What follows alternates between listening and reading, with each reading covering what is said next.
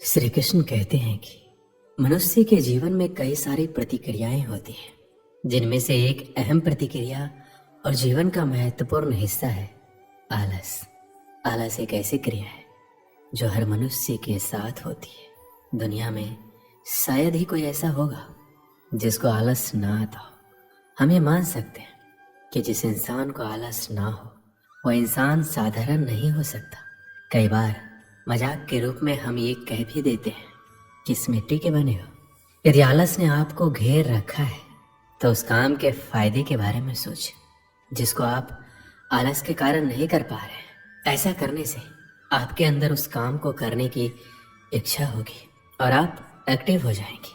कई बार किसी बड़े काम को देखकर भी आलस आ जाता है। यदि ऐसा है तो उस काम को टुकड़ों में बांट लें। अब वही कार्य आसान हो जाएगा। पहले एक टुकड़े को पूरा करें, फिर कुछ समय बाद दूसरे को पूरा करें। जैसे जैसे काम पूरा होगा आपका आलस कम होता रहेगा। श्री कृष्ण ने भागवत गीता में कहा है, किसी भी कार्य को लगातार ना करें। ऐसा करने से आपको थकान होगी, आपको आलस घेर लेगा। काम करते हुए बीच बीच में थोड़ा आराम करते रहें। इस तरीके से आलस आपके पास नहीं आएगा और आप अपने काम को आसानी से पूरा कर लेंगे। हर व्यक्ति का एक लक्ष्य होता है।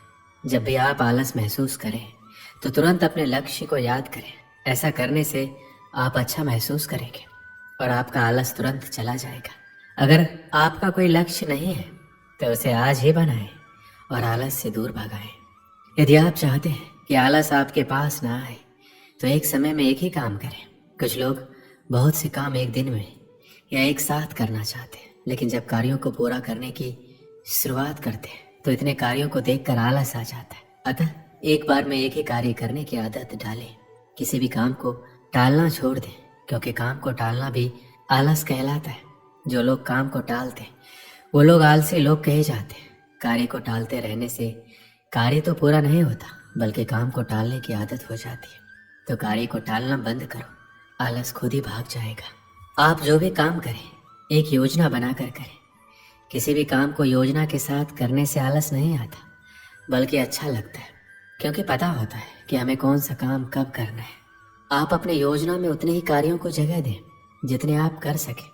अस्त व्यस्त जीवन से निराशा और आलस ही आता है, लेकिन योजना के साथ काम करने से आपको पता होता है कि कौन सा काम कब और कैसे करना है। ऐसा करने से आप अपने काम को प्यार करने लगेंगे।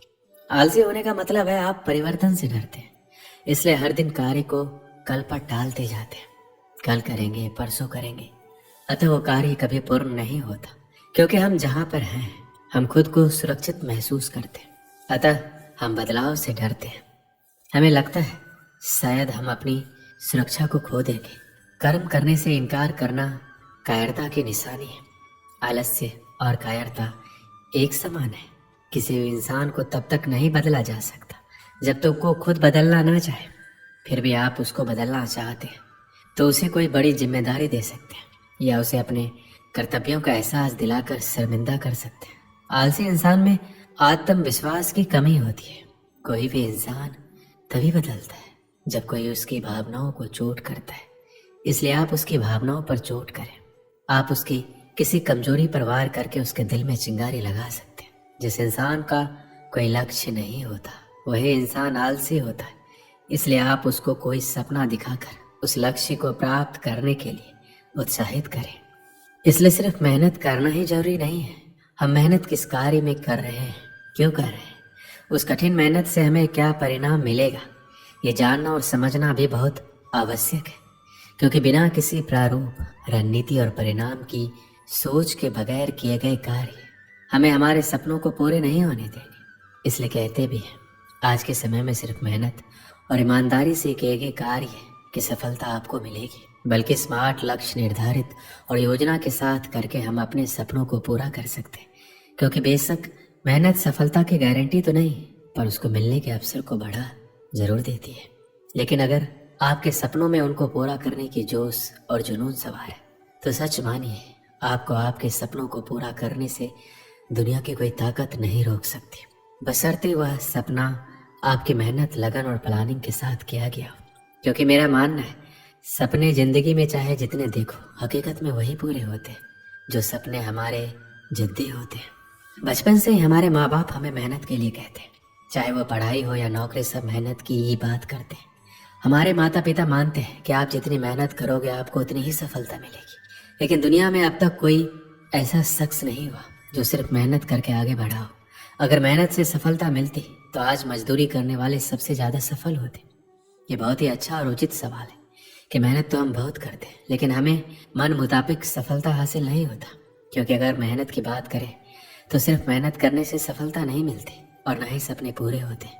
अगर ऐसा संभव होता तो आज के समय में एक मजदूर सबसे ज़्यादा सफल और पैसे वाला इंसान होता।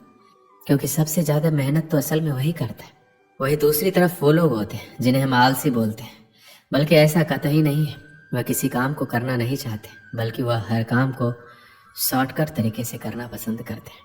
आप जब उनको देखेंगे तो सोचेंगे कि ये खाली ही बैठा रहता है, लेकिन असल में हर काम वो जल्दी कर लेता है और फिर खाली होकर बैठ जाता है और खाली समय में नई नई जानकारी हासिल करता है। इंसान और मशीन में इतना ही फर्क है कि इंसान सोच सकता है और हर चीज का रास्ता निकाल सकता है। आपने एक कहावत सुनी होगी जिसमें दो लकड़हारे पेड़ काटते हैं, एक समय लगाकर कुल्हाड़ी को धार कर देता है और वही दूसरा पेड़ काटने पर ध्यान देता है, जिस कारण वह ज्यादा मेहनत करने के बावजूद कम पेड़ काट पाता है और बिल्कुल आराम नहीं कर पाता। इंसान को हर काम सोच समझ कर करना चाहिए, क्योंकि मेहनत तो गधे भी करते हैं। तो आज ही से हर काम को नए तरीके से करने की कोशिश करो, क्योंकि सिर्फ मेहनत से सफलता नहीं मिलती। एक समय की बात है, एक गांव में एक छोटा सा गुरुकुल था।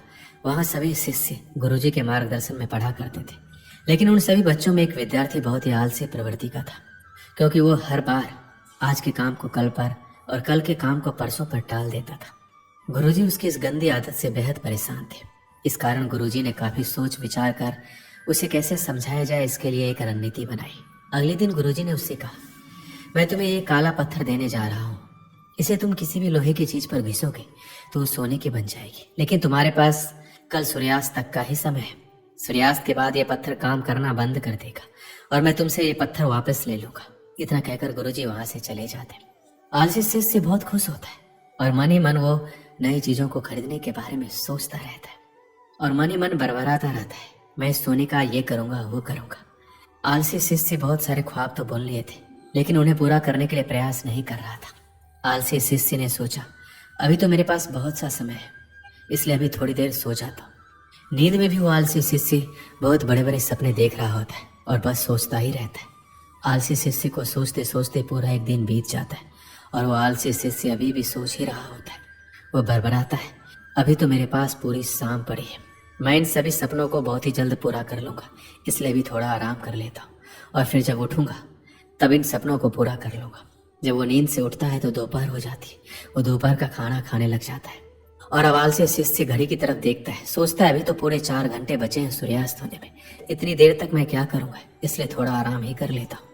आलसी शिष्य शाम को नींद से उठता है और घड़ी को देखकर दौड़ा दौड़ा बाहर भागता है और लोहे की चीज ढूंढने में लग जाता है। लेकिन रास्ते में गुरुजी उससे मिल जाते और उससे वो पत्थर वापस ले लेते और बोलते, अब तुम्हारा समय समाप्त हुआ, अब शाम हो चुकी है और सूर्यास्त भी हो गया है। आलसी शिष्य को पछतावा होता है और उसे समय के महत्व का एहसास होता है। इस कहानी से हमें क्या सीख मिलती है? हमारा भी यही हाल है, हम भी आज के काम को कल पर, कल के काम को परसों पर टालते रहते हैं, जिसके कारण वो काम कभी नहीं हो पाता। इसलिए तो कहा गया है कि कल कभी नहीं आता, जो करना है आज ही करो। हमें काम को कल पर नहीं टालना चाहिए। जितने भी सफल लोग इस धरती पर हुए हैं उन्होंने समय का सदुपयोग किया है, इसलिए वो सफल हुए हैं। अगर हमें भी सफल बनना है तो हमें आज में ही जीना होगा। दोस्तों, इस वीडियो में बस इतना ही। मिलते हैं अगली वीडियो में। अपना ख्याल रखिएगा। जय श्री कृष्णा।